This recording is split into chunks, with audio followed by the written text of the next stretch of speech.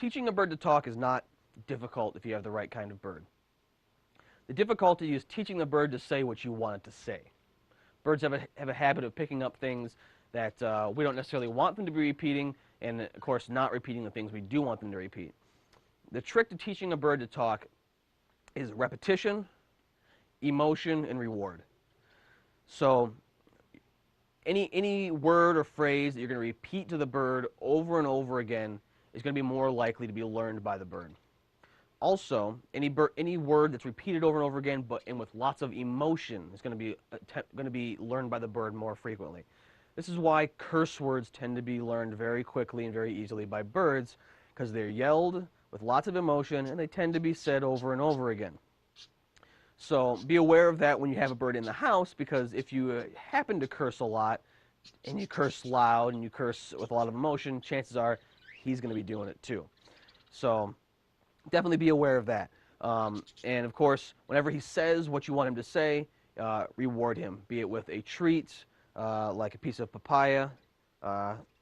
Again, this guy's being a little butthead today. A piece of papaya, or a special seed, or whatever treat that bird in particular likes. Over time, you will discover the bird's individual personality and what kind of treats he likes, and what's the best reward. So repetition, saying words or phrases over and over again, and saying them with lots of emotion. Also, words that are associated with actions tend to be picked up pretty quickly. Most birds that do talk generally pick up the phrase "step up" from the training process, and they generally pick up phrases like "how you doing," or "what you doing," or something that a lot of people tend to say when they come up to a bird and they see it for the first time, or they're coming home and greeting the bird. These phrases tend to be picked up very quickly because they're being rewarded by attention when you come home or come up to see them, and they're being said repeatedly over and over again, and there tends to be at least a small bit of emotion behind them.